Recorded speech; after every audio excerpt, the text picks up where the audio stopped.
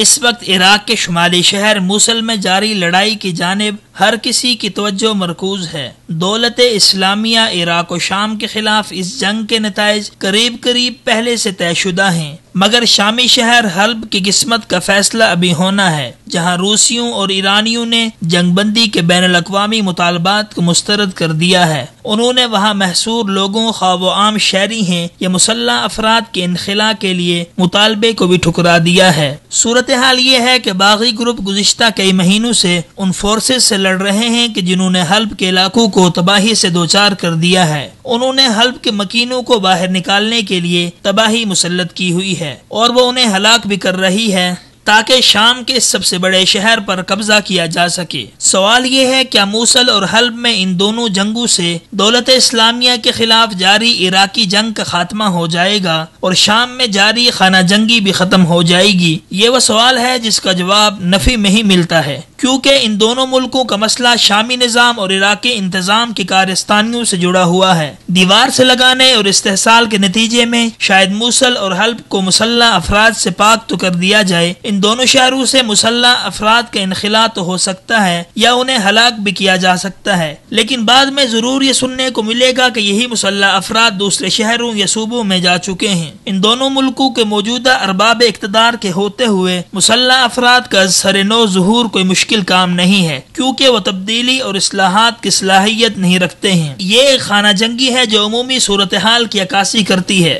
دیکھا جائے تو عرب سنی عراق کی کل آبادی کا 20% ہیں، جبکہ ملک کی کل آبادی میں 40% سنی ہیں۔ سوال یہ ہے کہ تقریباً 1 کروڑ لوگوں کا کیسے خاتمہ کیا جا سکتا ہے یا ان تمام کو کیسے دیوار سے لگایا جا سکتا ہے؟ دوسری طرف شام میں سنی ملک کی کل 2 کروڑ سے زیادہ آبادی کا 80% ہیں۔ اگر 50 لاکھ یا 1 کروڑ شامی دربدر اور مہاجر ہوں تو ملک میں موجود باقی آبادی میں بھی پھر ہی سنیوں کی اکثریت ہے، جبکہ آنے والے دنوں میں حالات یہ بنیں گے کہ حلب کو بیشتر مکینوں سے پاک کرنے کے بعد لڑائی کسی اور شہر میں منتقل ہو جائے گی اور وہاں جھڑپیں جاری ہو جائیں گی کہ اس تنازع کا کوئی سیاسی حل نظر نہیں آ رہا۔ دیکھا جائے تو سیاسی حل نہ نکلنے کی بڑی وجہ یہ ہے کہ ایران اس شخص کو برسر اقتدار رکھنے پر مصر ہے جو اس تمام خون ریزی کا ذمہ دار ہے اور جس کے ہاتھ خون سے رنگے ہوئے ہیں۔ اس نے حزب اللہ ملیشیا کو شام کے پڑوسی ملک لبنان کی بالواسطہ حکمراں بنا رکھا ہے، اور اسی جماعت نے گزشتہ 20 سال کے دوران اس چھوٹے ملک کو عدم استحکام سے دوچار کر دیا ہے۔ فرق صرف یہ ہے کہ شام ایک بڑا ملک ہے اور اس کا جغرافیہ خود بولتا ہے،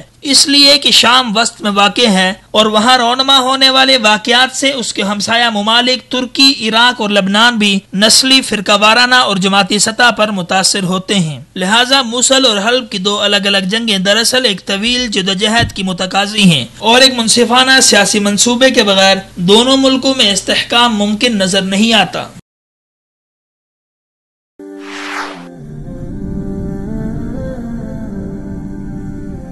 وصال اردو، حق کا راہی